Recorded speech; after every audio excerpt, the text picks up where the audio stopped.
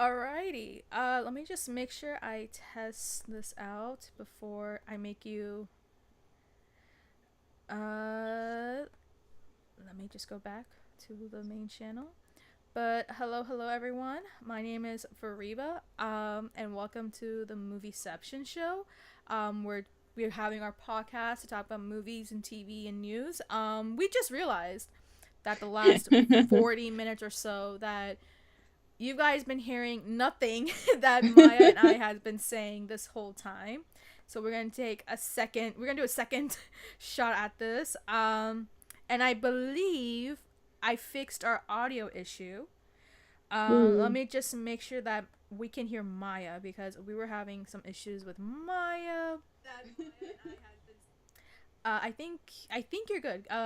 Can you say something, Maya? Hello. Let me just make sure. I'm just checking our thing.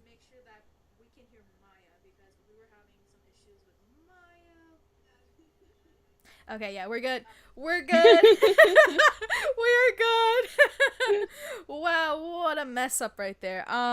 So sorry for everyone who just went through 40 minutes hearing nothing. I'm probably gonna delete that last video at this point because on YouTube, even though there's lives, the lives do upload on YouTube, but Mhm.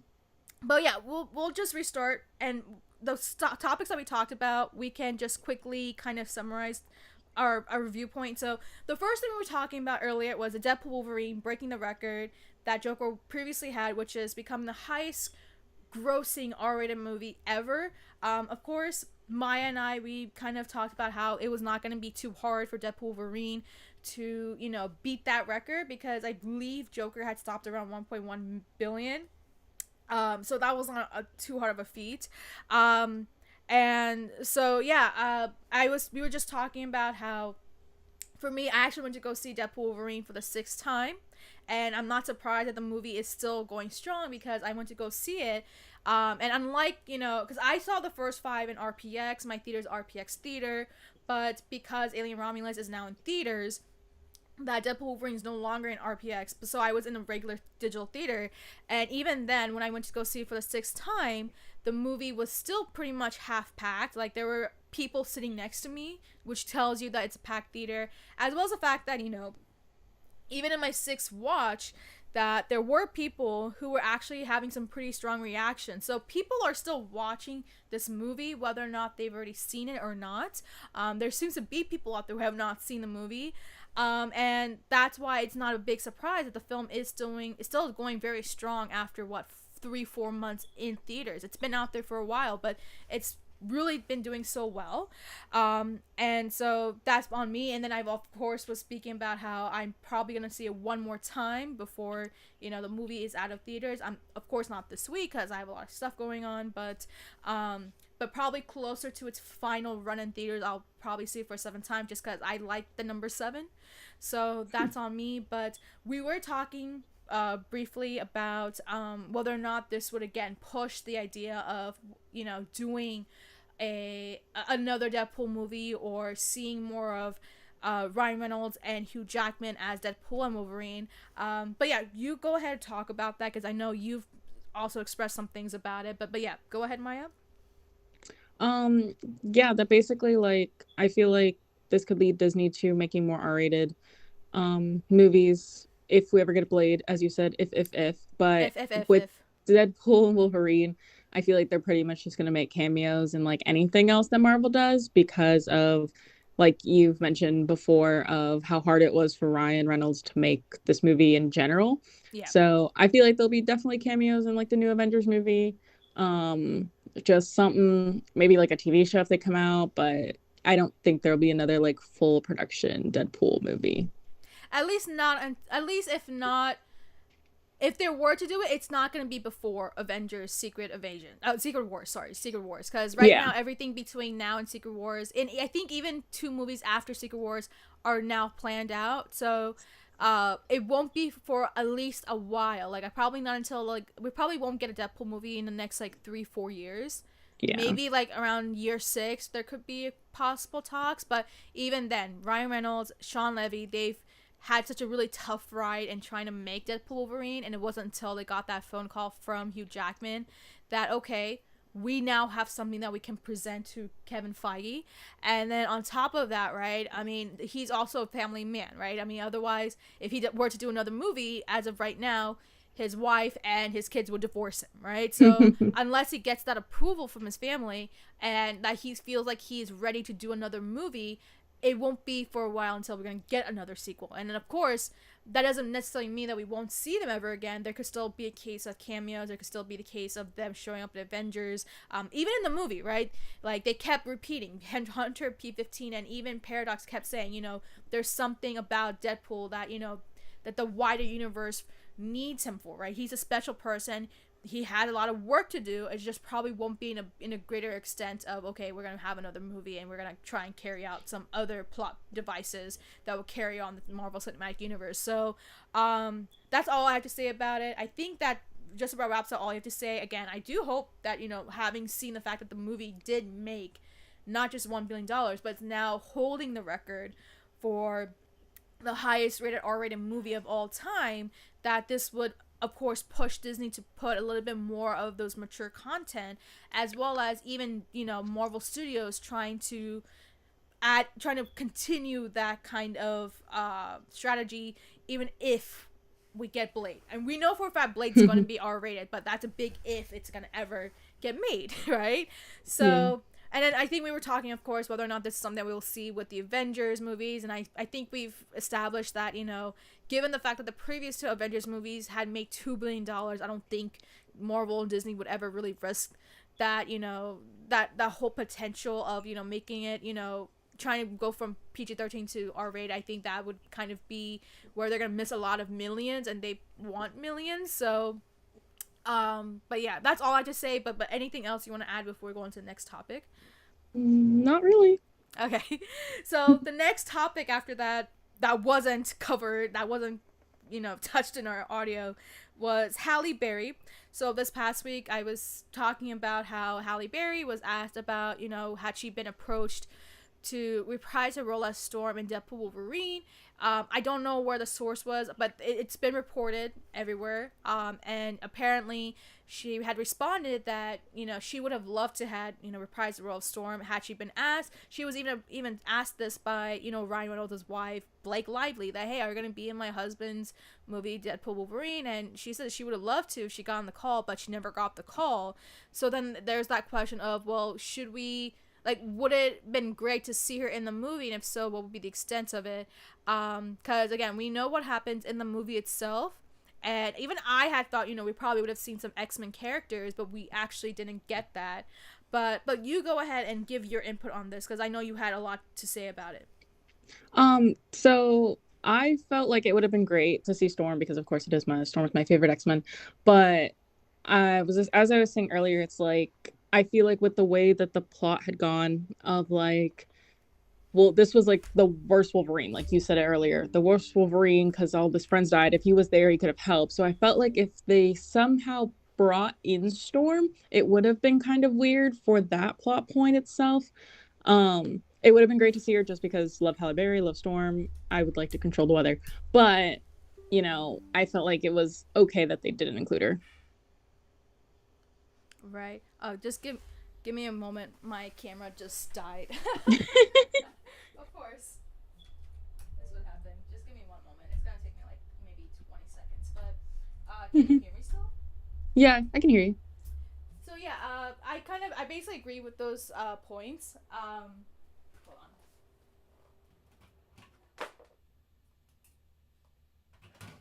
Whoops.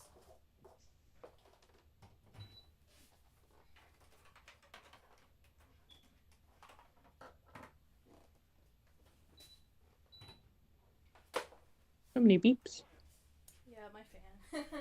No. There's like a heat stroke here. I mean, not a heat stroke. Sorry, heat wave, like heat warning in my area. There's been a Let me heat see. warning for the past month in mine. Hold on. My camera just went off, so I'm trying to figure out what's going on here.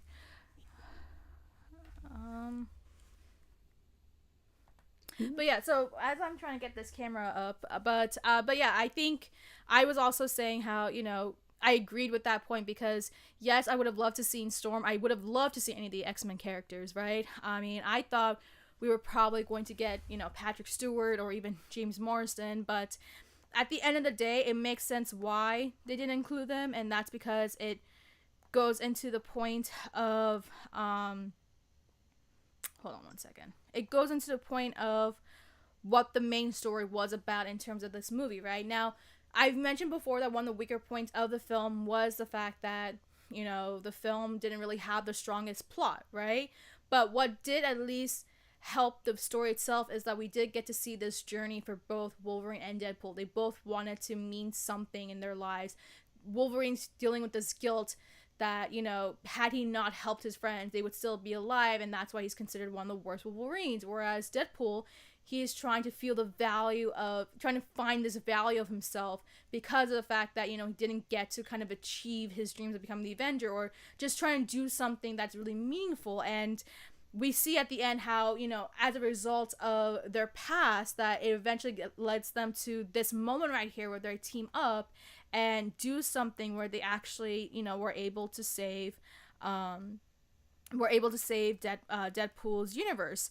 And I think that, yes, I would have loved to seen Storm, but at the end of the day, it probably would have taken away the big point of why Wolverine is there, and that's the fact that he is someone who's feeling guilty about his actions. And it's because of, as you said, because of the fact that, all his friends had perished during that point, that, okay, well, it would have been impossible. And even if there were to have been an X-Men appearance, it would have taken away what was essentially Wolverine's story, which is that, he's feeling this guilt and he needs to somehow trying to figure out, that he wants to feel like he is an X-Men member again, and he's finally feeling something in his heart that, wow, he's finally accomplished something that, it took him a while for him to consider. So so I think that you do raise a really good point with that, and I think that, as much as that fact I would have loved to seen Storm, this was not the movie for it. Could we still see Storm in a future movie?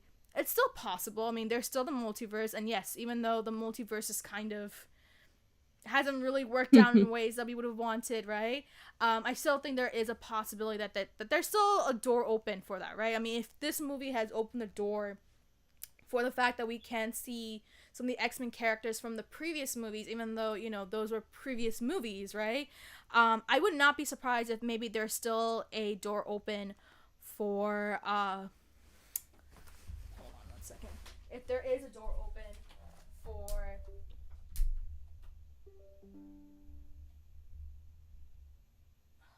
don't know why this is not working. Let me try and check this out.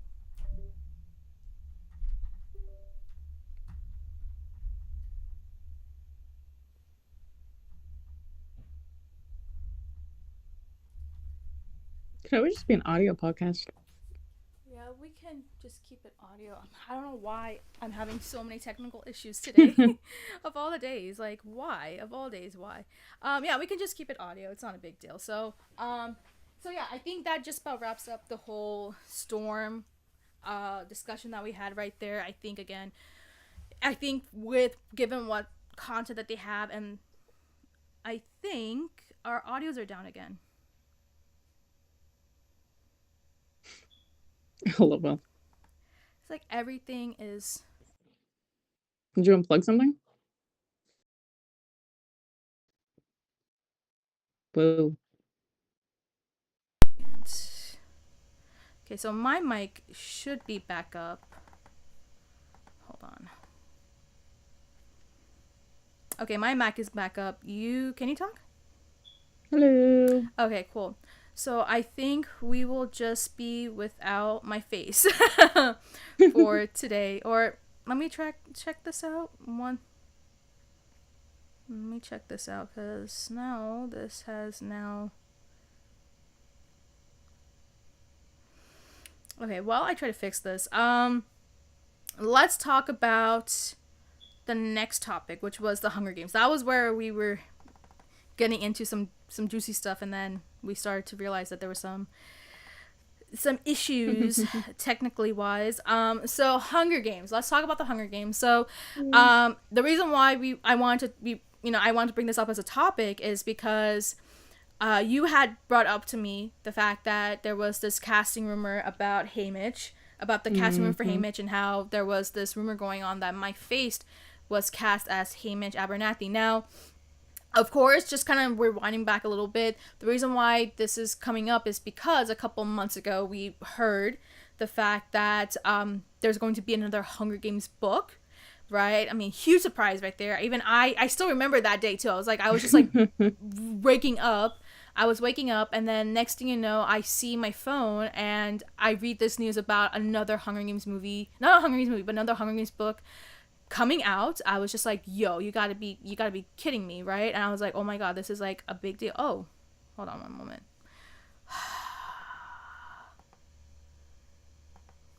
This is so annoying. Now my computer is just being an idiot. Now I don't know what just happened, because now it just switched from my camera to my computer now, but my computer I've covered my cam, so oh my god, I'm so annoyed.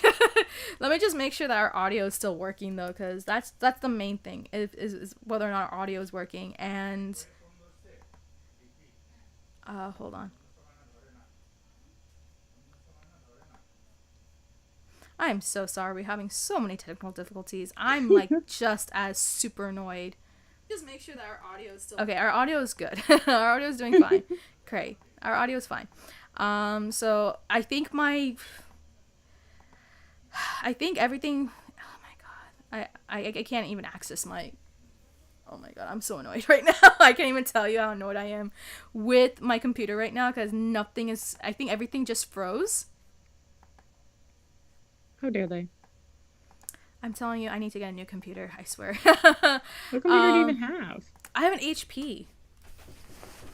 Yeah, but like what version? It's not even that old. I think I have it like from 2021 or something, because my previous one had broke.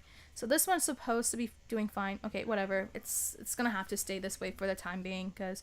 Okay, it's fixed now. Okay, great. Okay. I still don't understand why... Okay. Whatever. At least it's now back to my not working cam.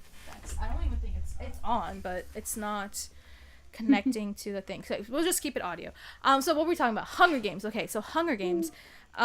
So we were talking about the casting, and but kind of going back, there was going to be another book coming out, which is called The Sunrise of Reaping.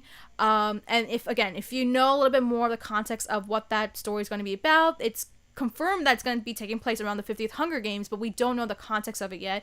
But if you do know the history of the 50th Hunger Games, a lot of people in the fandom know that that's the story about Haymitch Abernathy. That's the one where Haymitch had won the 50th Hunger Games. That's the one where they had the second quarter quail.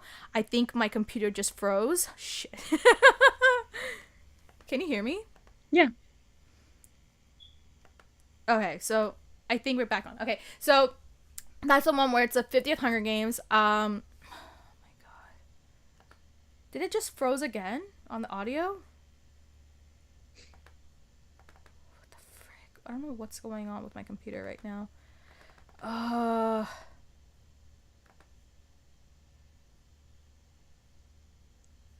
Like, I'm not seeing any activity with our mics.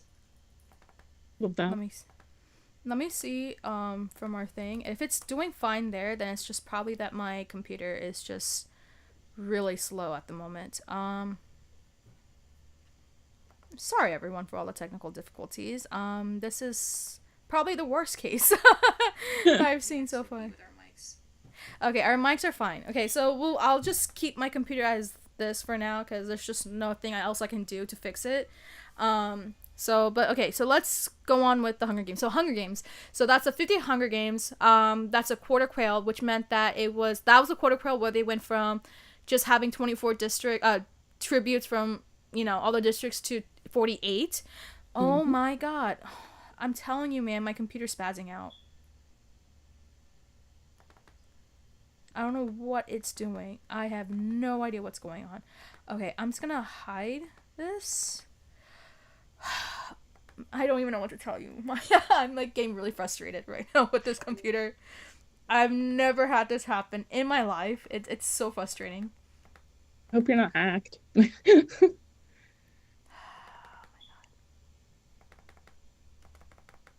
Like, I don't know what's going on. Like,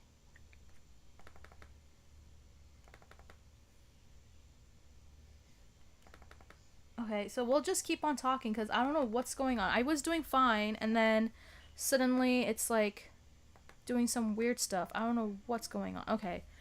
All right, I think we're okay now, but oh, I know why. Okay. Okay, I know why. Okay. I figured it out, but yeah, my video is not going to show. Okay. That's fine. So, Hunger Games. We'll continue with the Hunger Games. Okay, so Hunger Games. So we were talking about how the Hunger Games, in the book, we actually get a lot of details about Haymitch's Hunger Games because they go quite into details about it. I believe it was in Catching Fire that they actually talk a lot more about his Hunger Games. I was mentioning how there was a character named Macaulay Donor, who's actually a very important character, because now in the movies they changed this, but in the book, the way that Katniss got her Mockingjay pin was actually from the mayor's daughter. I believe her character, I believe her name was like Madge Undersea. Mm-hmm. And the mayor's wife actually had a twin sister. Her name was Macaulay Donor, who happened to be in the 50th Hunger Games with Haymitch. And she's a very significant character because her and Haymitch do interact in the 50th Hunger Games.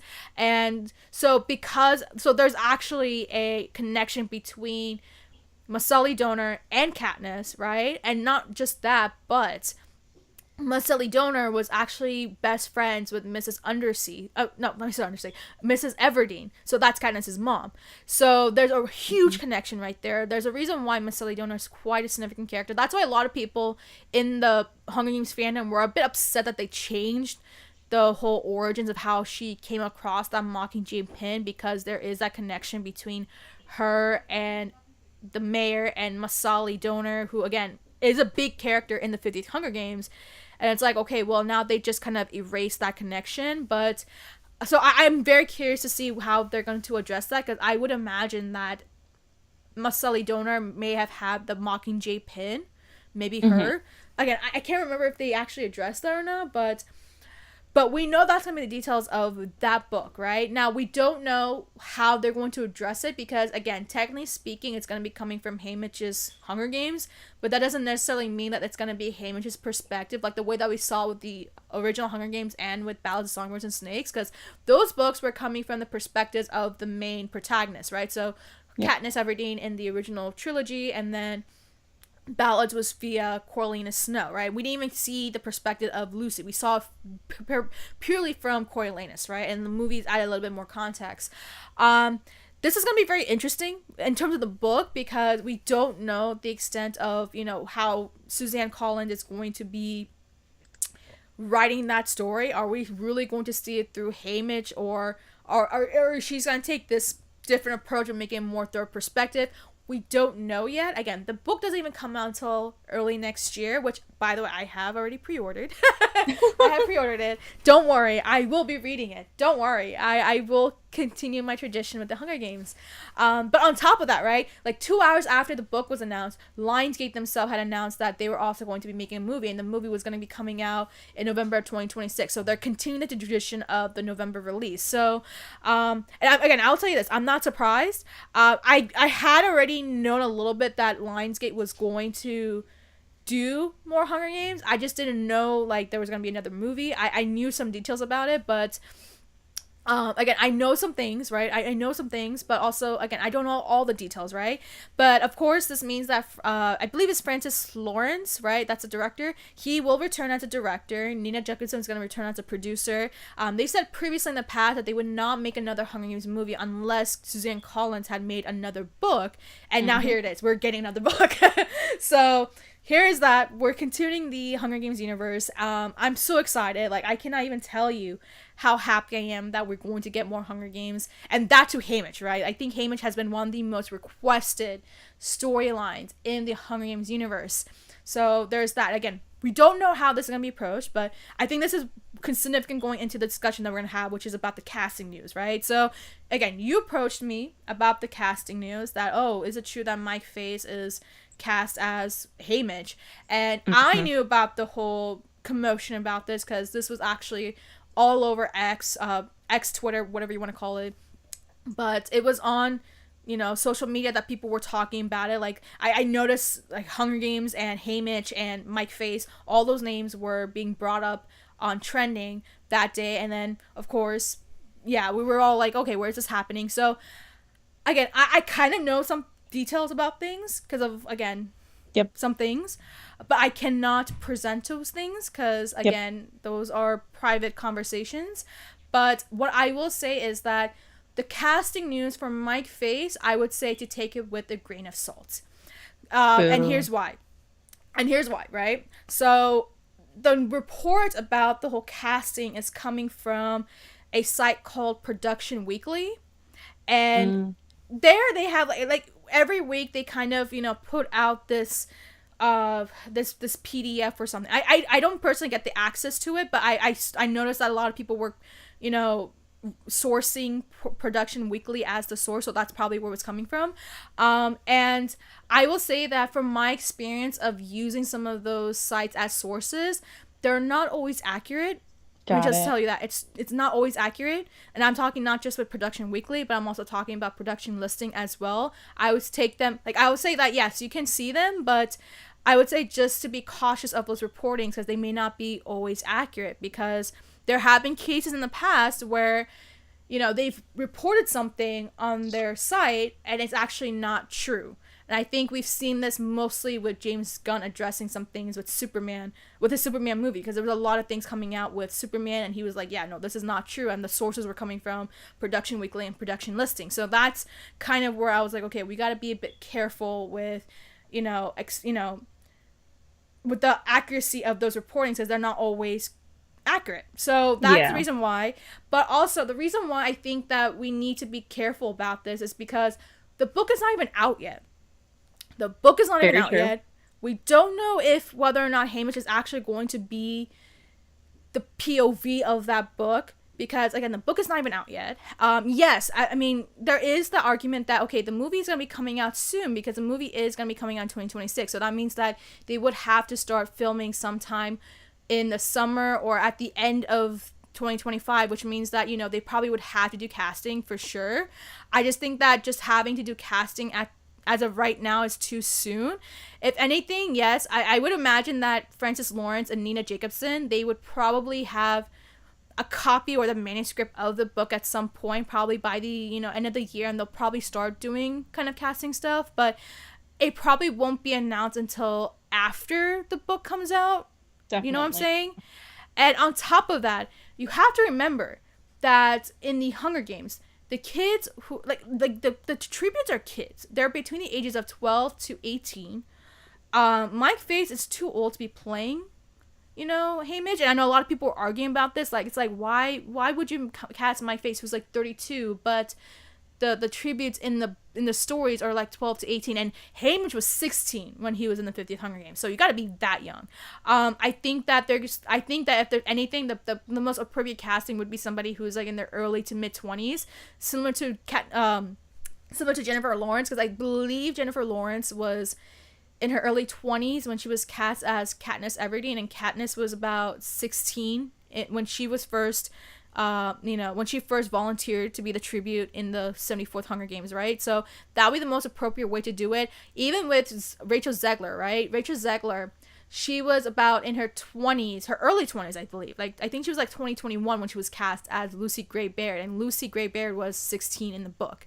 So, if anything, I don't think they're gonna go for someone a bit older like my face. I think they're gonna go for someone younger, someone who can at least kind of embody Woody Harrelson, like his version of Haymitch. But I don't think the casting I don't think we should take the casting as like, oh, this is it. I think that again, the reporting, we should not take it, as accurate. Like again, it's not too credible that that's it. Again, it's too soon to call. Really, it's too soon to even be doing casting for a movie like this. Again, the book is not even out. It makes no sense to be doing casting this early. But I do get that they need to start filming ASAP. So there must be some plan in hand that Francis Lawrence, Nina, and Suzanne all have, that they're like, okay, we have this plan in mind because we only have a two. Because at least with in between, because at least with the Hunger Games movies, right? Like the original ones, they were like, the first one came out, I think, 4 years after the original book, and then that's how they figured out the rest of the Hunger Games releases. And then the next Hunger Games movie, right, the recent one, didn't even come out until maybe, I think the last one came out was like 2015, right? Mockingjay Part 2 came out 2015, and then we got Ballads in last year. So there was an 8-year gap between the original Hunger Games movies and then this one, and then there still was a 3-year gap between the book for Ballads and then the Ballads movie. So there is definitely a shorter window for Sunrise of Reaping, right? And I wouldn't even be surprised if they do end up delaying Sunrise of Reaping to another year because of the fact that the book is still not out yet. But if they already have a plan in hand, then okay, that's great. I think the casting is too soon to call right now. So that's my saying of this, but go ahead. Now that you know a little bit more of the context, right? It's like I only gave you kind of a little bit of the idea of like what's going on and whether or not this is true or not. I told you it's probably not true, but you go ahead and give your input about the whole situation with Mike Faces. I know you know him very well because of Broadway, so but go ahead. Yes, as a Broadway nerd, I love Mike Feist. I really don't actually know how to say his name, because you said it differently than I do, but I trust the way you said it. Yeah, I would have loved it because of he's very good at playing, I guess, like moody characters. I don't know, like in Dear Evan Hansen, that's kind of like where I first heard of him, and kind of I feel like where many like Broadway people kind of do know, unless you're like really specific Broadway. But he played like the moody teenager who in that stories, and then seeing him in West Side, playing, I don't remember his name, but he was also kind of like that punk kid. It's like, I feel like that's what Haymitch is, so I thought it would be a really good casting. But then again, like you said, I did not know he was 32. Yeah, he's 32. He's like in the older side for sure. Yeah, I mean, definitely like you said, they cast older people, and like I feel like he's always played teenagers. Oh, he was in Challengers. Completely forgot about that movie. Oh, maybe because of Challengers, now his like reputation is a little different. It would have been awkward to see him play maybe like a 16-year-old. Yeah, and then not just that, but also I think what made the Hunger Games movies work so well is that they, like, at least with the leading actors, because yeah, Josh Hutcherson is like one of those cases where a lot of us actually knew who he was, but in most cases we've seen that at least one of the leading characters, or at least the leading protagonist, is played by someone who's not relatively too known. Like for instance, Jennifer Lawrence, yeah, she had an Oscar nomination, but she wasn't like the most well-known actor. She was a rising star, but not to the point where she is right now, right? And then same thing can apply with Tom Blythe, where not a lot of people knew who Tom Blythe was. They're like, no. Yo, who's this guy? And then now here it is. Now he's getting so many roles. Like we've talked about a couple of them as well. So I feel like if they're gonna do a Haymitch casting, it's gonna be someone who is going to be younger, of course. And I get it. Like, I could see why a lot of people are like, oh, okay, Mike Face would have worked. But also, it's like, you got to consider the age as well. But again, we don't know what kind of Haymitch was during the Hunger Games. Because now, here's the thing. Because there's a lot of things that happen, right? So, there are some details in the book that they mention about Haymitch. And, the reason why he became an alcoholic is because of how Snow punished him. Because he did something in the Hunger Games. He used a force field to kind of win the Hunger Games. Again, I'm trying not to spoil too much, but something happened in the Hunger Games where he used the force, like the arena's, the magnetic force, and that kind of pissed off Snow, and Snow punished him in the worst way possible. Again, like very bad, like, and to a point where he made sure that he was going to be a lonely alcoholic. That's the point of it. So that's why we don't know how Haymitch was before the Hunger Games. Again, we don't know much about that other than the fact that he's always been a very intelligent person. Like, he is someone who's very smart, and you can tell that from the way that he won the 50th Hunger Games. But again, I just think that it's just too soon to even be considering casting at this point, because the news about the whole Hunger Games and, you know, the book only came out like maybe a month or so ago, you know? Yeah. So it's too fresh to even be doing casting this soon. But again, if they are going to be doing casting, you need to find someone who, you know, can really embody Haymitch. And not just that, but the second most significant character would be Maseli Donor, because Maseli Donor is a very important character who is involved with the whole relationship that happens in that 50th Hunger Games. And then, of course, there's going to be the big question of whether or not we're going to see Snow, because that is going to be the big question. Like, are we going to have a President Snow? And it's really tough to really answer that, because, you know, because at this point, because here's the thing, we know for a fact that at some point President Snow is going to become President Snow. We just don't know when that happens. It could be that he's already a president by the 50th Hunger Games. We don't know that. That's probably where this book will give us a little bit more of the context about Snow and his, you know, reign and everything. Of course, Donald Sutherland had passed away about a month or so ago as well. So, but even then, I don't think that, you know, Donald Sutherland would have been able to reprise that role, because he would have been too old to play him. I think Snow by this point would have been around his 50s or 60s. Hold on. He was 18 in the 10th Hunger Games, right? So 18, 40. So he would have been 58 by the 50th Hunger Games. So you would need to find someone who's like a little bit more mid-age, like almost like the age of George Clooney and Brad Pitt. Here's the thing. I would not be against Kiefer Sutherland, you know, playing Snow, because you know who Kiefer Sutherland is, right? Like, he's Donald Sutherland's son. And they kind of look alike. And they kind of look alike. So who knows? Maybe that could be a consideration, just to kind of continue his father's legacy. Because he's now, at this point, like, a lot of people now know Donald Sutherland as the guy who played President Snow. So what better way than to bring Kiefer Sutherland to kind of take over that role for just a little while? Because I don't think he's going to have that significant of a role in the 50 Hunger Games. At least not in the book. I have no idea how they're going to try and do that in the movie, because, again, I feel like by this point he probably was the president, or he was about to become the president, but that's about it, right? I highly doubt Tom Blythe, right? Tom Blythe is way too young I wish.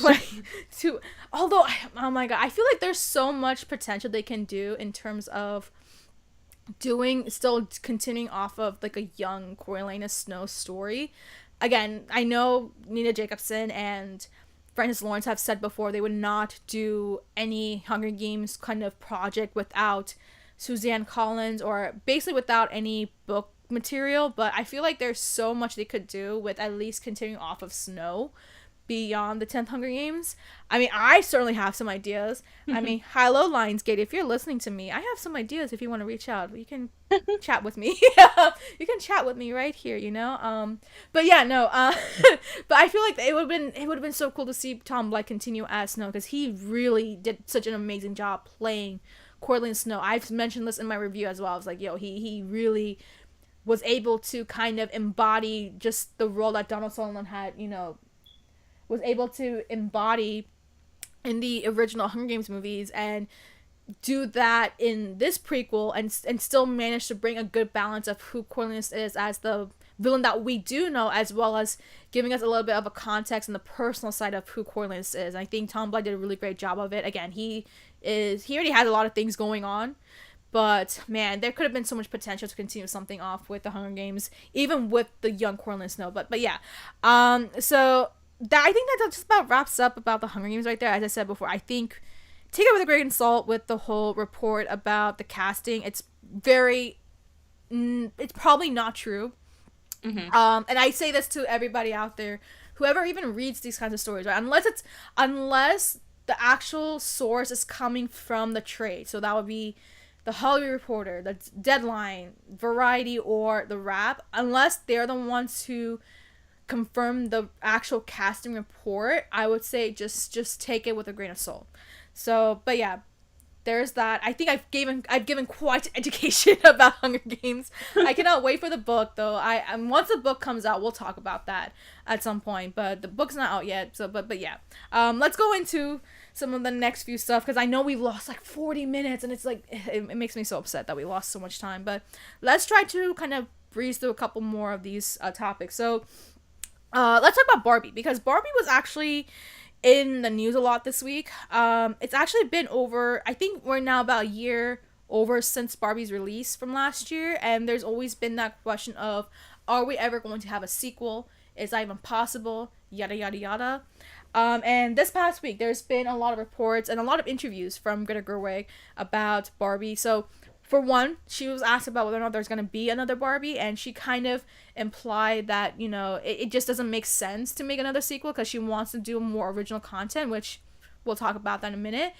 Second, she was asked about if there could be a Ken spinoff, and she said there's a potential for, okay, something right there. But then there's another report that apparently, I can't remember who it was. I think it was probably Warner Bros. Warner Bros. Apparently is trying to do an animated Barbie movie, but quote unquote, apparently Margot Robbie and Greta Gerwig are not happy that they're trying to do this kind of idea. So I guess the question is, will we get a Barbie movie, and should we? Here's this. Should we, right? I have some strong opinions about this, but I want to hear yours. What do you think about having a potential sequel for Barbie, and Greta Gerwig's, comments about, trying to just do more original content? I definitely don't think we should get a Barbie sequel. It was iconic for when it came out. It created, just like so much, I don't know, like girlhood. That's Yeah. like the vibe it created last summer. And I think like it's good as a standoff. It ended perfectly. I don't think we need to see. I mean, I don't even think we need a Ken sequel. Like, we love Ken, love Ryan Gosling, but like it's that's it. Like that was the Barbie movie we needed. The animated show, didn't hear about that. I also don't appreciate that because like of how much Greta and Margot worked into it, like to create it their own, So I feel like it should just be left alone. And of course Greta Gerwig, like I need her to make just all the movies in her head because she is so good at every movie she makes. I love every single movie. So I am for her going with her original content that she wants to do because she is a great director, writer, whatever her title is technically. Can you hear me, by the way?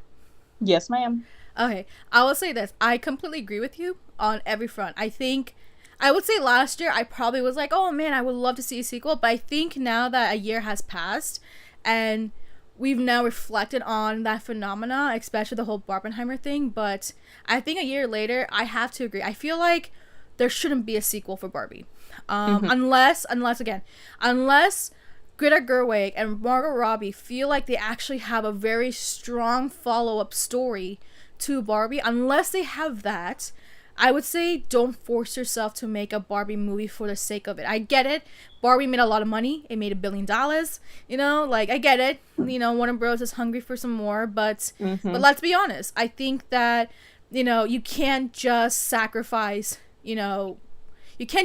making, trying to make another movie for the sake of making more money when the whole point of Barbie was that it was about womanhood. It was about feminism. It was just a celebration of being a woman, right?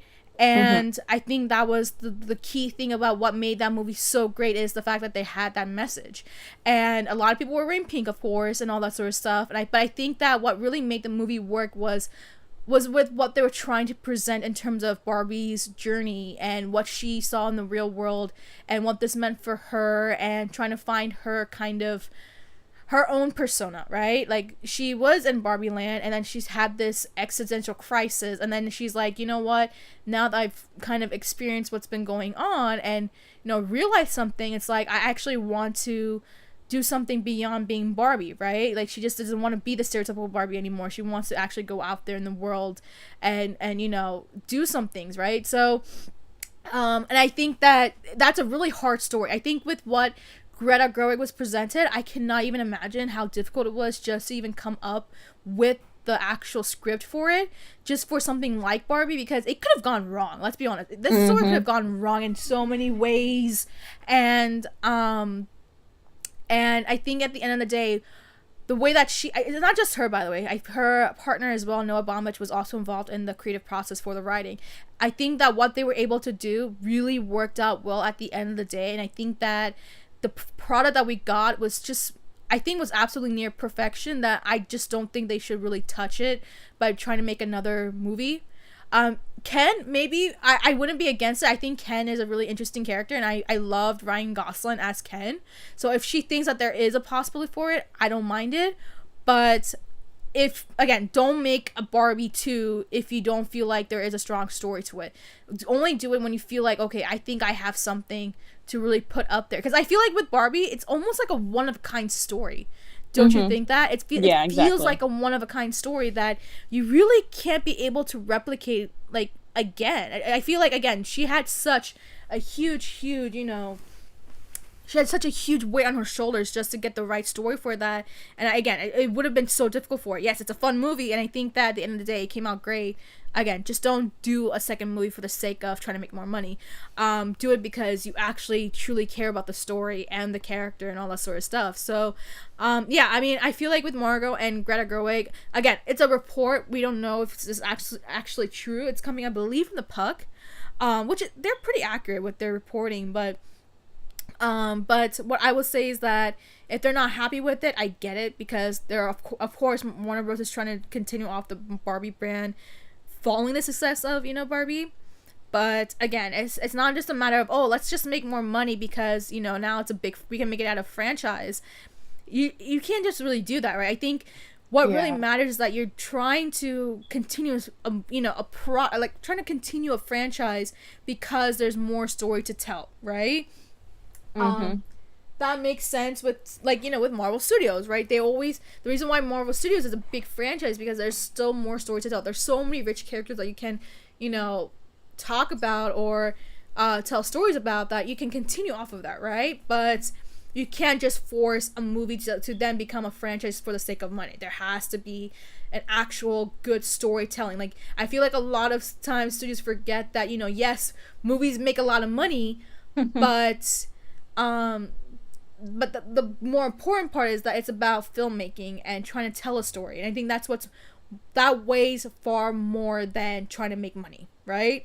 So, I think that's my argument about it. I think that's just about the argument that Margot Robbie and Greta Gerwig are trying to say. And I think that I would side with them that, you know, why do we need another Barbie movie when we can have more original content out there? And I think, again, Greta Gerwig is like one of the most talented directors out there. Again, I was even surprised. Hold up, I gotta drink something. My throat's getting dry. But I still was shocked that Greta Gerwig did not get the director nomination. I think that's the one that I would say, like, I was just as surprised as everyone else. When the nominations came out for the Oscars, I was like, yo, you gotta be kidding me. I thought at least Greta Gerwig was gonna get the nomination. But whatever, right? But that's just my thoughts about Barbie, and I think we're all in agreement that, you know, I think we should just leave Barbie alone. Leave Barbie alone. The point was made across with that movie. It did such an amazing job in its storytelling and just the characters that they have and the world building and everything. I don't think you can really repeat that unless you are able to somehow one-up that. Unless you can one-up that, don't do it. So that's what we have to say about that. I think we can move on to the next topic there. Hold on. Wow, my throat is getting really dry. Give me one moment. We still have a lot to talk about because we lost 40 minutes. Let's quickly talk about... Let's go through some of these drama stuff because we have a lot of drama stuff to cover. So, It Ends With Us. Okay, let's talk about It Ends With Us, okay? So, I swear to God, when we were talking about this last week, right, I thought this was going to be a one-and-done discussion about It Ends With Us. I spoke about this, right? We spoke about this, and now since then, it has blown up. The whole drama has blown up. I did not think that was going to happen, but it did. So, a lot of things happened.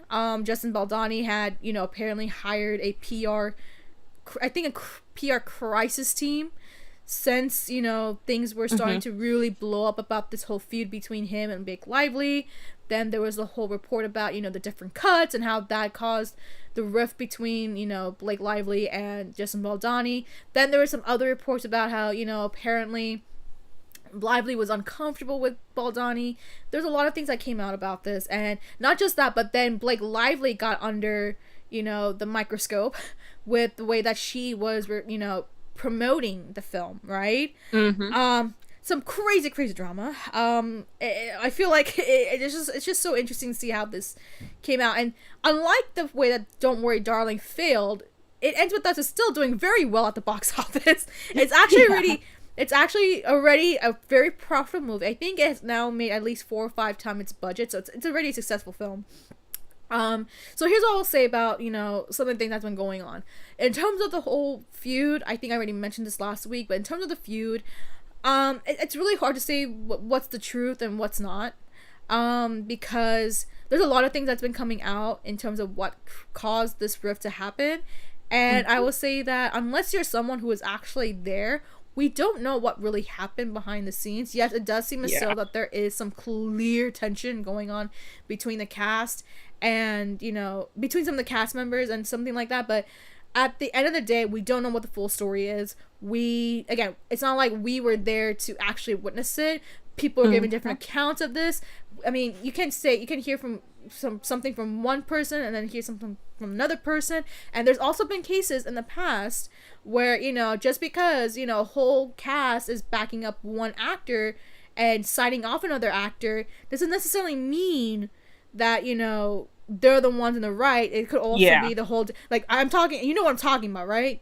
I think, no, maybe? That 70s show? The whole... What'd you just say? That 70s show? Oh, yes, thank you. Okay, yes. So, a case like that 70s show. So, again, we don't know what happened, right? We don't know what's going on. We can't really speculate on things unless, like, there's actually true evidence to what really happened behind the scenes. Yes, there could be some sources. Yes, there could be, but the fact of the matter is we don't know what really happened, right? So we can't just villainize Lively and Baldoni when we don't know what happened, right? And I think even Ryan Reynolds is getting involved in this because of the whole situation that he was involved with. Yeah, again, we don't know what happened. Now, in terms of the Lively stuff, right? This is really tough because I get it. I would say this, like, with the way that she was promoting, because now I wasn't even following up on how she was promoting the film, not until, like, close, because she didn't, like, I don't think they started doing a lot of the promotion until closer to the movie's release, but I've only started to see some of the interviews until, like, I only started to see the interviews, like, after the release, and of course, everything that's been coming up on, you know, the internet sphere and all that sort of stuff, and I will say, like, I mean, I don't feel like the way that she approached the promotion for It Ends With Us was probably not the right way to do it. Yeah, it does seem as though that she's promoting as if it is like Barbie. Yes, it does feel like it's like wear some florals and grab your friends and go. It's like, okay, honey. It's like those who have read the book. It's like, honey, this is, I know you're trying to have your Barbie moments, but this ain't it. I will say that, I will agree that maybe the way that she approached the marketing isn't the right way. And yeah, it does come off super Barbie, so super Barbie kind, when that's not really the most appropriate way to promote this movie. But the way that people are villainizing her, I feel like it's getting a little bit too much. Because I know a lot of people are now starting to kind of look back at some of her past stuff, and it's just like, here's how I'll say this. I will say, because I think this is really important to mention, because I feel like a lot of people are missing, you know, why she kind of promoted the way that she did. And yes, it's not the right way of doing it, but I can see why she's doing it. Let's remember that Blake Lively, she's a businesswoman. Okay, she's a businesswoman. Like, you know, she's not just an actor. She has, I believe, like, her own soda, or at least she invested on a soda company for one thing. I believe she's also involved with fashion, you know, but she's someone who knows how the business world works. I mean, let's remember, she hasn't even been acting in a movie in the last 4 years. This is her first movie in 4 years, right? Like, acting is definitely not her primary job. Of course, a lot of that's because she and Ryan Reynolds are taking turns and, taking care of their kids and everything like that. So that's one thing. But she's someone who is very business minded person, right? And same applies with her husband as well. They're both very business minded person. I mean, have you seen Ryan Reynolds? He has so many investments in like Mint Mobile and the Aviation Gin, and then of course his team with Wrexham.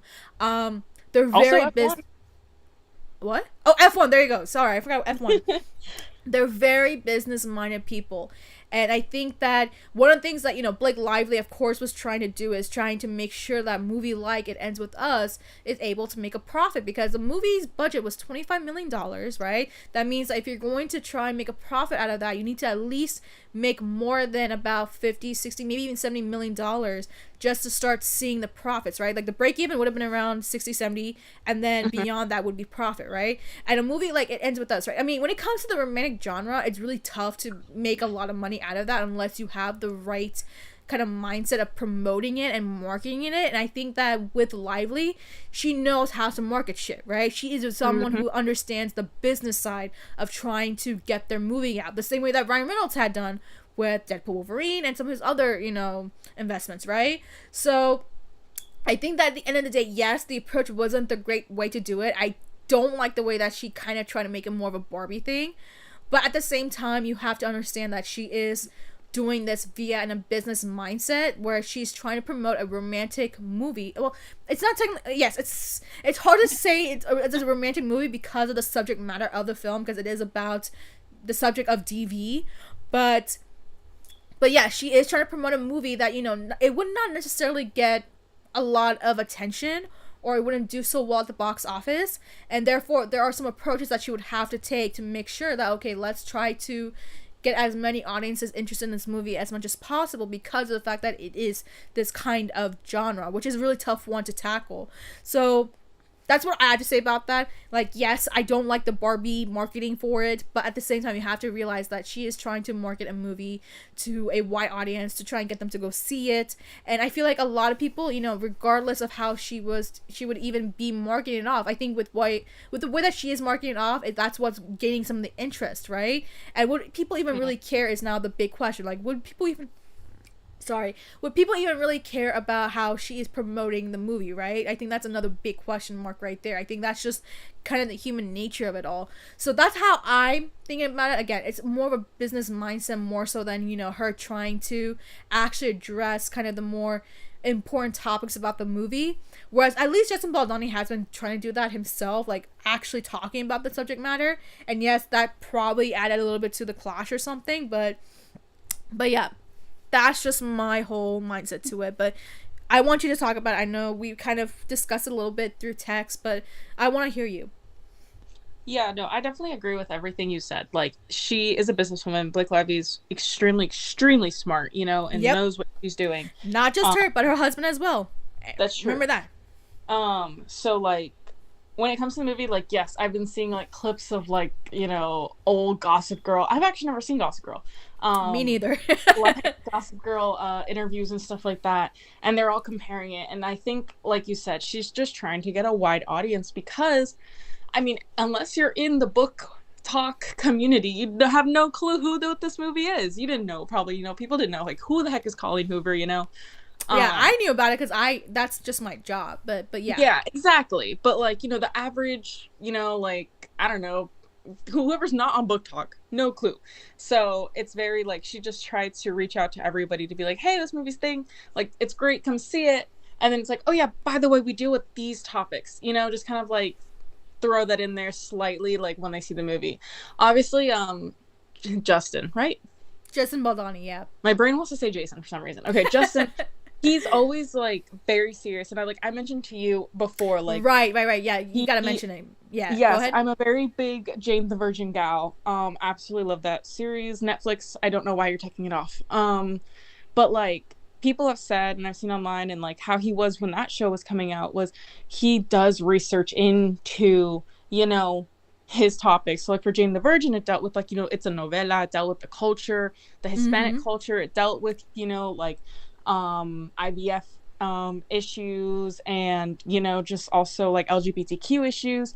So like he did his research and he would show that in interviews, so that's like in his nature, if he just talks about like the important things. So I guess that's like also like it just happened the same thing with this book, and it deals with DV and everything. And he like plays that character in it, so it's like he made it, he took it very seriously. And of course, not like Blake Lively didn't take it seriously, but it's just, again, like you said, they're different strategies of marketing it. And I feel like they didn't have that talk of like, okay, how are we gonna do this, talking to it, because Mm-hmm. they were both like producer directors of it, so it's like they had such influence in it. But yeah, basically, all in all, Blake Lively's super smart, so she knows she was doing. Mm-hmm. We, again, like you said, we don't know what happened, like zero clue what actually happened. um I feel like more stuff will come out, but I feel like I hope it eventually dies off. Because I obviously I feel love it will. Justin. Yeah, I love I feel it Justin will. and I love Blake, and just want them to like, okay, move on. I know they kept asking him because there is the sequel to the book. Um, Yes, and I there know is. There is. Yeah. they asked Justin like, would you do it? And he kind of gave the response of like, I'm not really sure. So like, I really don't think they should, like, I don't think the sequel should be made, because of the characters would have to come back, and if this does become a big thing. But I mean, Colleen Hoover's next book, Verity, I think it's called Verity. It's called Verity. Yeah. Yeah, I always mispronounce it. That book everybody loves. Also deals with very, very, very hard topics. So they're making that into the movie. So I know that will be like the next big thing with Colleen Hoover that might like steamroll over like It Ends With Us, because that's like a movie everybody's waiting for. Right. Right. Right. And I think that's a good thing that you mentioned about the sequel too. So it's like, okay, well, there's technically a sequel to the book as well, and the movie is doing very, very well box office wise. So it's like, technically speaking, you would think that there should be a sequel to it. Again, considering what's going on behind the scenes, we don't know if that's even gonna even happen.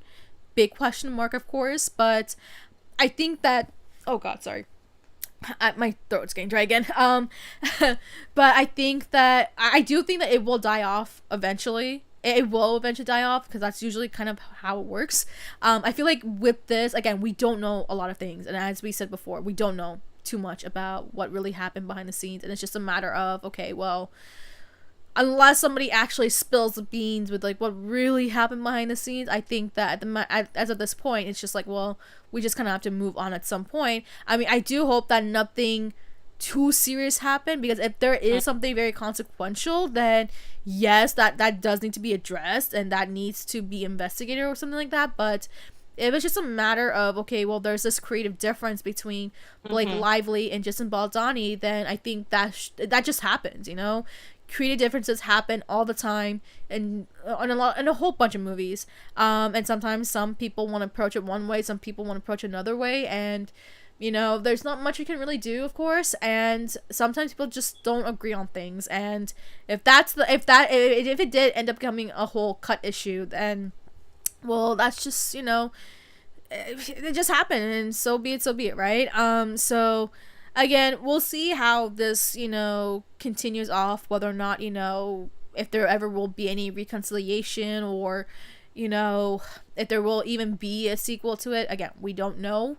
But yeah, we don't know anything about what happened behind the scenes, and at the same time, it's like, okay, let's try not to villainize everyone when we don't even know the extent of the whole situation behind the scenes. Again, as long as no one got hurt, that's what Mm-hmm. matters to me. But if someone did, then this needs to be addressed. So, but yeah, that's all I have to say about that. Let's move on to the next topic, because again, we have a lot of controversial bits to talk about. Let's talk about Joaquin Phoenix, because he also was under fire this week, because he was okay. So I told you about this just like maybe about a couple hours before we were doing this, but did you even look into the whole Joaquin Phoenix thing, or no? No, zero clue what's going on. Okay, I'll explain. So I believe this happened late last week. Late last week, it was reported that Joaquin Phoenix was going to do a LGBTQ kind of movie where he plays like a gay character, and he was supposed to be starring alongside, who was he going to star alongside? I forgot who, but he was going to be in this movie that he himself, had recommend, had ideated as like a potential movie. He reached out to a very, big name director, Tom. I think his name is Todd Hayes. I believe he directed May December, like the one with Natalie Portman and Julianne Moore, that Netflix movie. So 5 days before they were supposed to start shooting, apparently Joaquin Phoenix got cold feet and backed out of the movie. And because it was like, his idea that he, wanted this kind of film, that basically this movie can't continue on. Like, they can't shoot this film. They can't even do a recast. Oh, because wow. of, it caused a whole commotion. The fact that he backed out like 5 minutes, not 5 minutes, 5 days before the film's filming, which means that a lot of people have lost a work opportunity. We're talking about people behind the scenes, like filmmakers, makeup, like everybody, right? Like these are people who had, booked themselves for a gig to now see that they are no longer involved in a gig. Millions of dollars are probably lost as a result of this, right? And apparently so this was actually coming from the Hollywood Reporter. I know this because I remember I had opened it right at the end of my my job. It was coming from the Hollywood Reporter, and apparently this is not the first time that Joaquin Phoenix had cold feet like this before. Apparently for Napoleon, so the Napoleon is the Ridley Scott movie from last year. Apparently he almost backed out of that project too, had it not been, unless they had brought in, I believe it was Paul Thomas Anderson into the writing team. Like, he requested him to be in the writing team to then keep him on the film. Now, of course, he did stay in the film. Oh, stop. My headphone is about to shut down. So he apparently... So that happened. So apparently there's a bit of a history with Joaquin Phoenix and just the way that he has been kind of almost backing out of project. And now there could be a potential suit about this because of the fact that a lot of jobs were lost and all that sort of stuff. But yeah, wanted to mention that. Let's talk about it. Your thoughts, having now heard this report. I get, I understand when people back out of things because of, if it comes to personal issues or things come up, but I feel like if it is your idea and then you've spent all this time and you planned it and all these people were hired and you're like, hey, by the way, I feel uncomfortable, or just like, I'm leaving, I'd be like, no, you can't do that. I feel like, I don't know, there's contracts for everything. I love Disney, but contracts for everything. There's stuff for anything. We were talking about the Disney thing but yeah, go on. I know, like a little tie-in. But like, I feel like you can't just leave, like 5 days before shooting, it's like, I'm leaving. Like, no.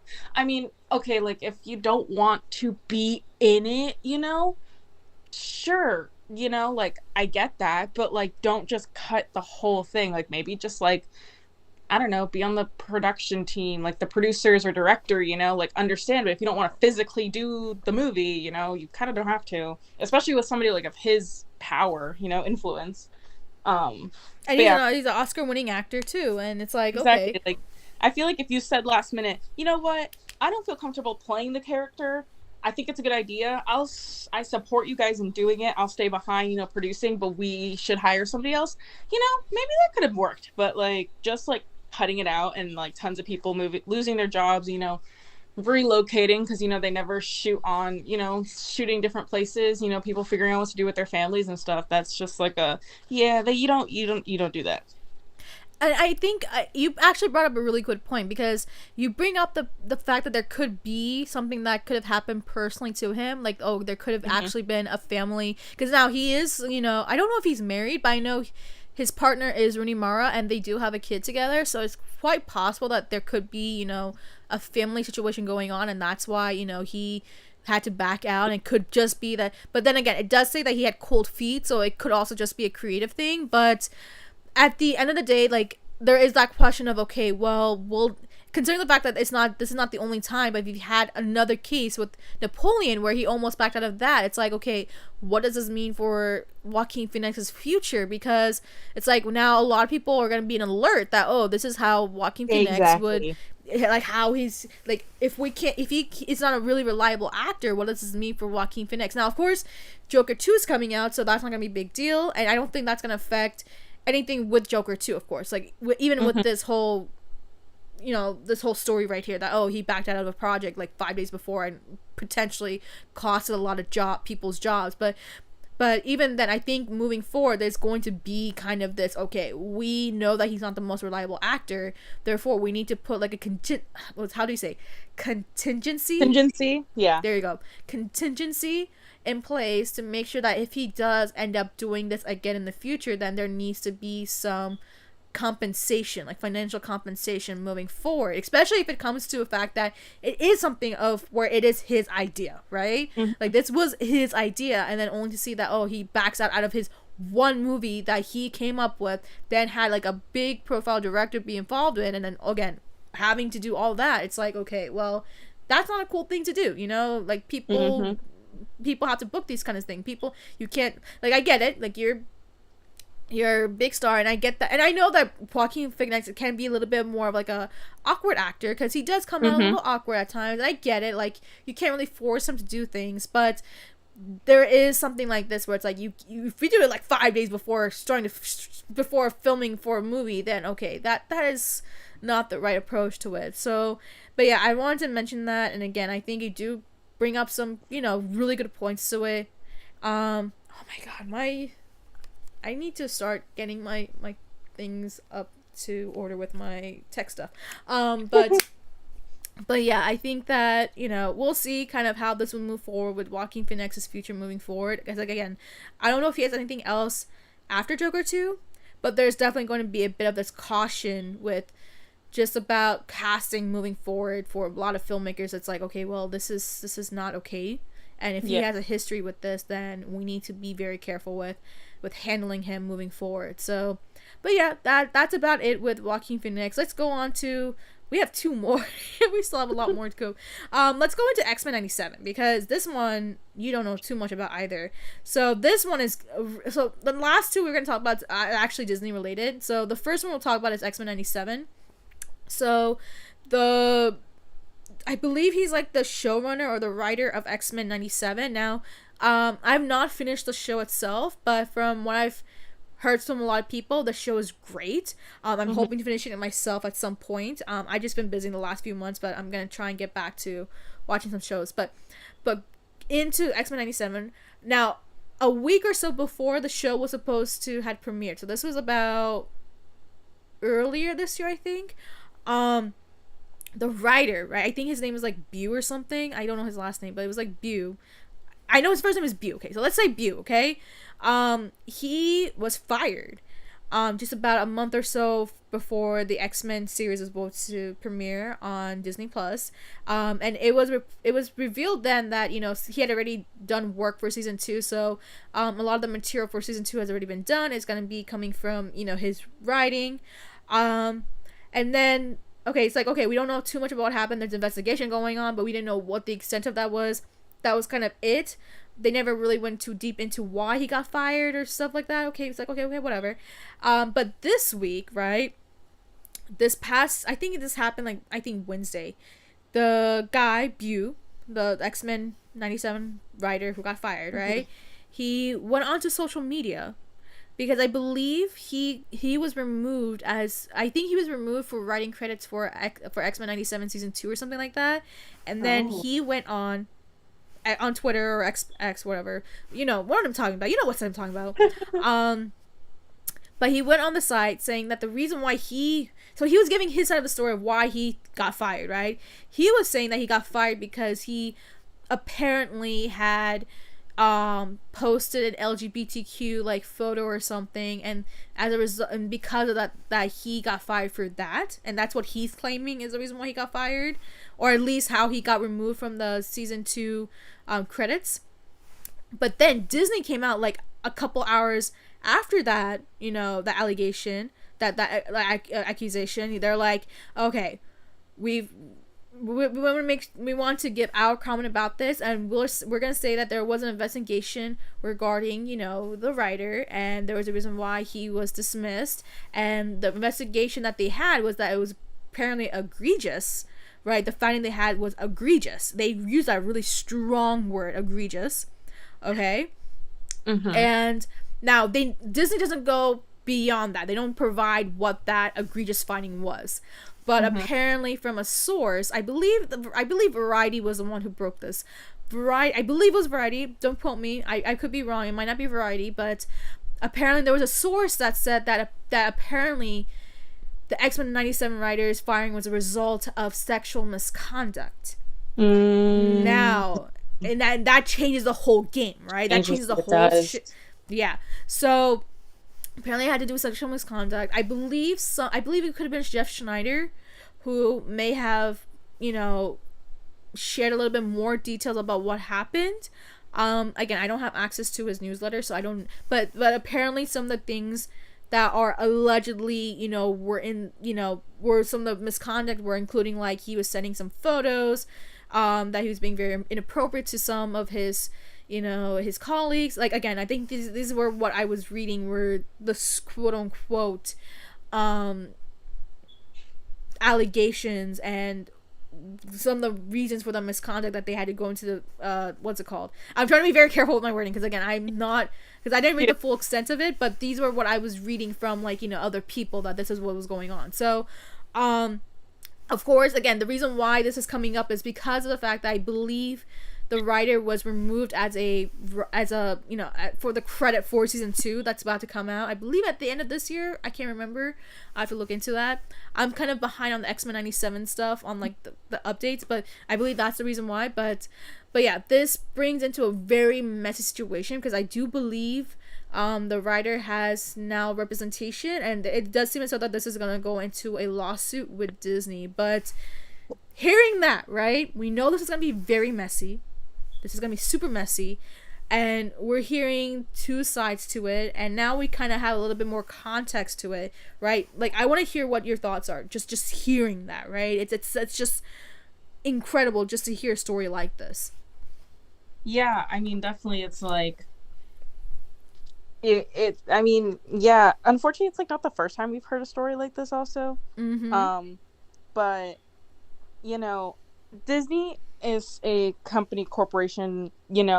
That they know their, like, they do their digging. They know their stuff. They have like the best legal teams. They have the best accountants, engineers, everything. So it's like if Disney found something on you, this might be right. Again, we So don't know the extent of the you again, know we don't know the extent of what those findings are. Again, they just said they had egregious findings. We just don't know the extent of it. Again, there has been some quote unquote yeah, sources out there saying that it was what it apparently was. sexual Hmm. misconduct, which again puts in the question of okay, well, is it okay for the fact that Disney then removed the writer as a writing credit for season 2 then, because again, X-Men 97 is going to be more so catered to a younger audience because it is more of a like that audience, like the younger audience kind of feel to it. But then just to see the fact that the whole idea behind some of the stories and all that sort of stuff is coming from someone like a very controversial figure or controversial creative member, that's like okay, was okay to remove him from season 2. It's okay to allow him to go to something like the Emmys, because I believe X-Men 97 has been nominated for an Emmy. So then that's another whole question, like, oh, is it okay to even allow him to even get an award if, let's say, X-Men 97 were to win an award? Like that's where it gets a little bit more messy. Yeah, definitely, that does get a lot more messy. But yeah, I mean, like, Disney's gonna do what's best for them, but they also like they look into things. So it's like um I don't know how to describe, but It's like, a really tough one to discuss because yeah, there's just it's like, so many elements to it, and it's just like okay, well, like I get where Disney has to be very careful because you yeah, don't want like if the reports are true that this is a guy who was committing or yeah, allegedly committing these sort of unprofessional behavior, behind the scenes with other creative member a lot of other creative team members. It's like okay, yeah, that's not cool. That's not the image that you want to see them representing them if they, like, let's say if they did win the X-Men 97 or if they were to continue into season 2, right? It's like you don't want that kind of bad rep. But at the same time, it's like okay, well, we don't know what the actual true story is, but then it's like if that is true, then it's like okay, that's not cool. Like you get why Disney is doing that, but also it's like what is the actual true story. So we don't know it, right? So again, it does seem as though that this is going to be a very messy case where it is going to go into court, and then it's going to be a question of, okay, well, yes, some things have happened. Yes, he's been dismissed, and that has been addressed. Now it's a matter of, okay, well, is it okay? Well, is it still okay to even be removing him from, quote unquote, these creative, scripts that they had from him, because he technically did still write a lot of the stuff for it. Again, we don't know, because then there's another whole thing of, well, season 2 is not even out yet. We don't know what changes that they made. We don't know if if they even stuck with his writing. So that's a whole another question mark right there. I think it's just a really messy one that we don't know a lot of. But then it's like, okay, with what is being reported as sources, it's like, okay, that is that's a bit of a serious matter that we can see where some of the decisions are being made right there. So, but yeah, that's all I have to say about that. But do you want to add anything to that before we go on to the next topic?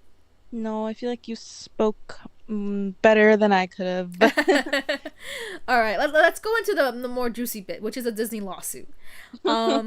Because this is, I feel like, the most headline thing right now with Disney, which is, okay, so the story is that, what's so funny is that when I saw this on, my feed, I was like, oh, another Disney lawsuit, okay, whatever. I didn't realize the extent of what that story was, and that's the fact that apparently Disney's trying to go into arbitration or something with the argument that, they had a Disney Plus account, so therefore they can't really sue them. When I read that, I was like, you're joking, right? Like, this I thought I was reading The Onion. I was like, oh, this must be The Onion. Nope, this is the headline.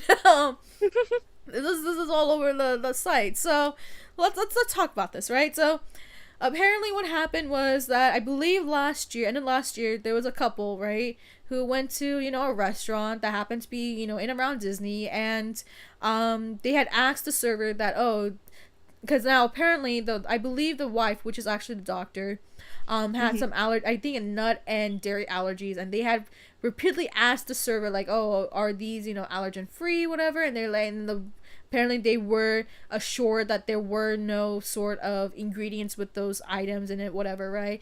And then they, ordered it. Then about a couple hours later, the wife was having an allergic reaction, and then despite having, an EpiPen on her, she eventually did die from what was it? It's called anaphylactic shock, right?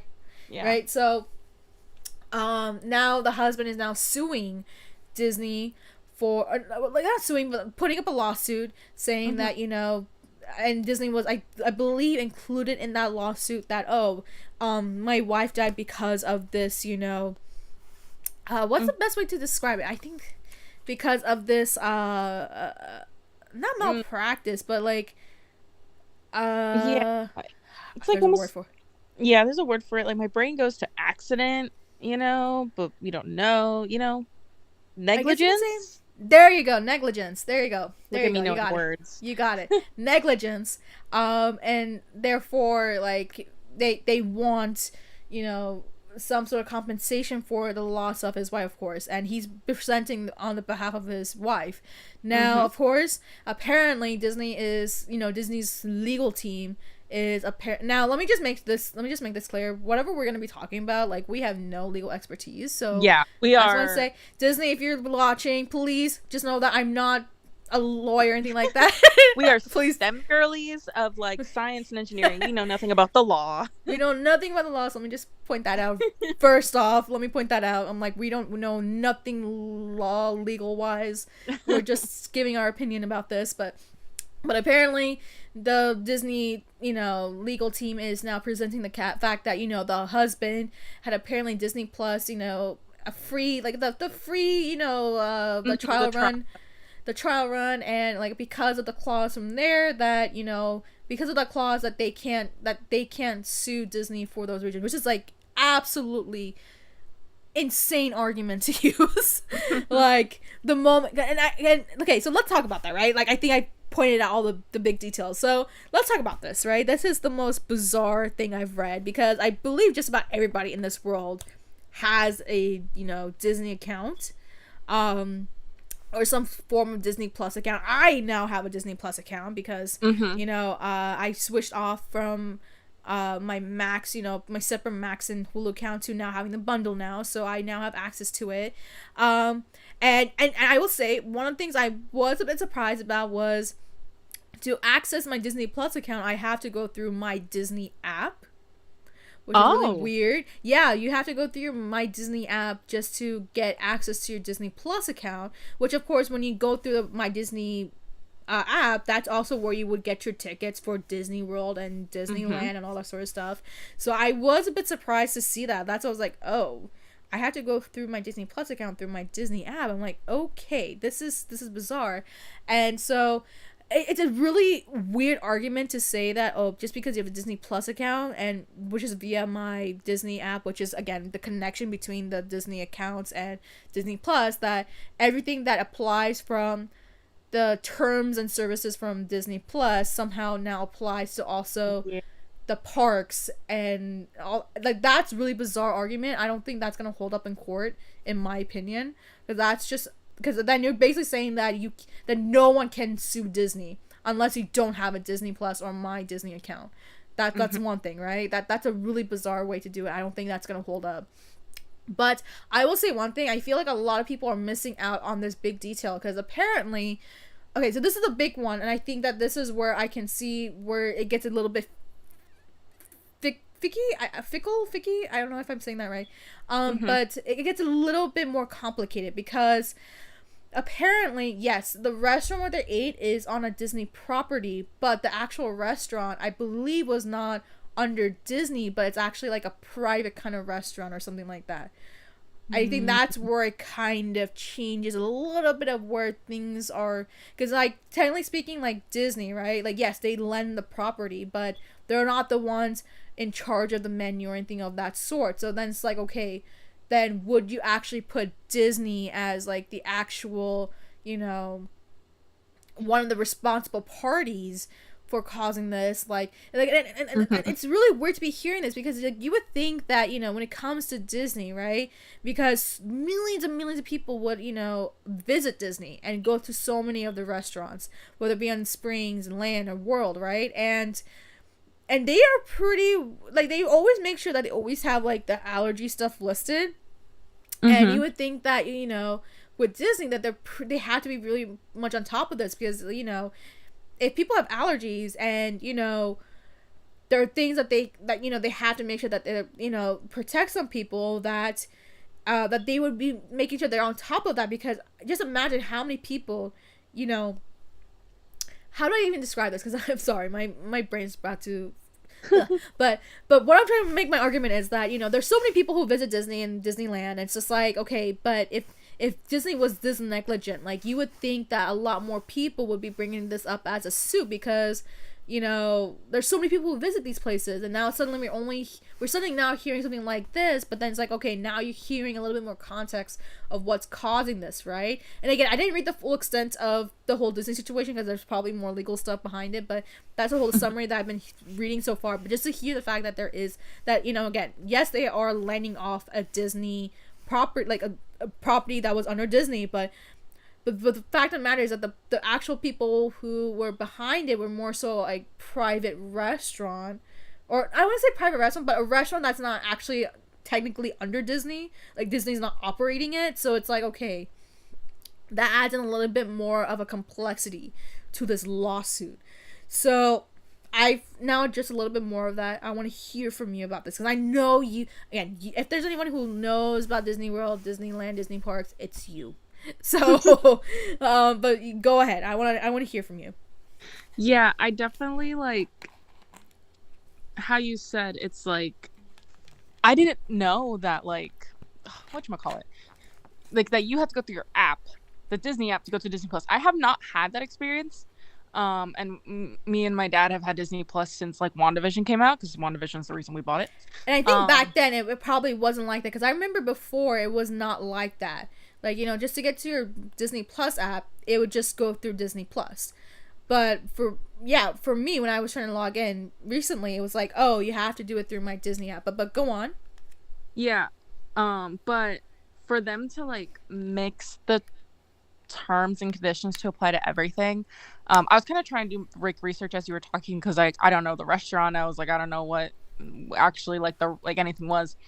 Um, it doesn't make any sense, and it's like I was looking at like a CNN article, and they were saying that like people are upset, because like you're suing over a wrongful death. How does that have to do with the terms and conditions of Disney Plus? Like it should not Right. overlap.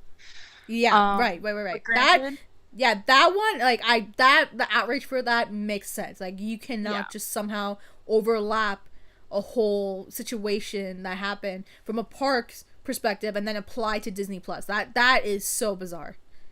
yeah, that's definitely like what it like should not do. And I will say like when it comes to like restaurants like and their allergens, I mean like I've seen the bear. We've seen the bear. They need to like they should be allowed to like sue the restaurant itself because of the whole they did And does not the CNN report does mention that the restaurant itself, right?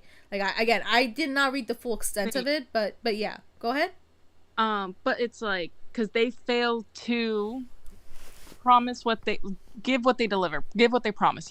I'm literally looking at like the restaurant, and literally the third picture review says they accommodate dietary issues, gluten-free and dairy-free. Like 445 reviews mentioned it, and the fact that like you did not take that into consideration, or like just completely didn't realize it when creating like this person's food, and then it led to their death. Like, yeah, I feel like they should get money for that. By the way, what's the restaurant's name called again? So the restaurant's called Raglan Road Irish Pub. It's actually in Disney Springs, which I was there yesterday. Raglan Road. What was it? How do you spell that? Raglan Road Irish Pub. It seems to be Disney. Yeah. Raglan Road. Okay, I see it. It is listed on their site. Yeah, so it's in the middle of the Disney Springs, like the new area that they built. So because I was like, I don't even know where this is, and realizing, oh, I was there passing by yesterday. It's like, yeah, I'm reading more into this. Yeah, you're right. It's on Disney Springs. So yeah, that's under Disney property, and yeah, this is so tough. mm-hmm. This is tough. Because again, like, I'm looking through their, because I believe whenever I see the Disney menus, they always have like areas where they talk about dairy allergies and egg allergies. Like, I feel like, I don't know if it's them or if it was a Universal. I get them confused sometimes. Because I feel like one of them always are very deep into having the allergy stuff. So I want to say that pretty much Universal. I'm looking at like the menu for the restaurant itself, and I don't see. Well, it could be at the bottom. People are just talking about, oh, look, the bottom. Yeah, I'm not seeing any allergy kind of like accommodations on here. Oh, it says on the bottom of the menu, while we offer gluten-free menu options, we are not a gluten-free restaurant. Cross-contamination may occur, and thus we cannot guarantee that any dish we prepare will be completely free of gluten/allergies. Girl, so that's written on the- wow, okay, that would change a lot about this lawsuit, because if that's in there, then they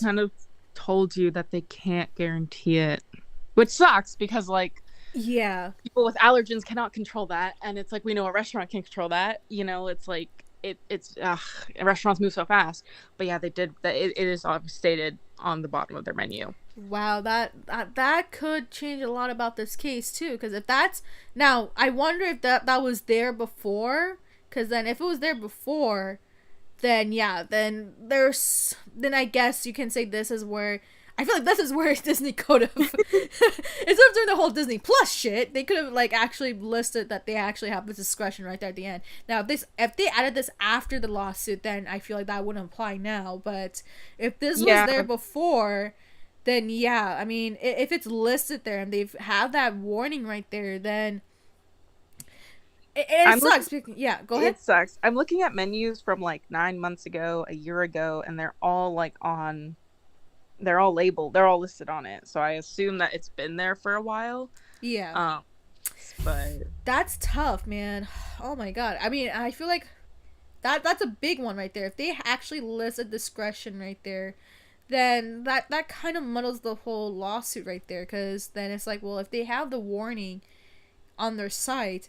Now, of mhm. course, again, like there's always like there's a difference between what's being presented on the menu and then doing it in person, because again, the the couple did ask the server multiple times about whether or not this would appear in their, this would appear at all, and they reassured them that there wouldn't be any, any of those out, like, those items, but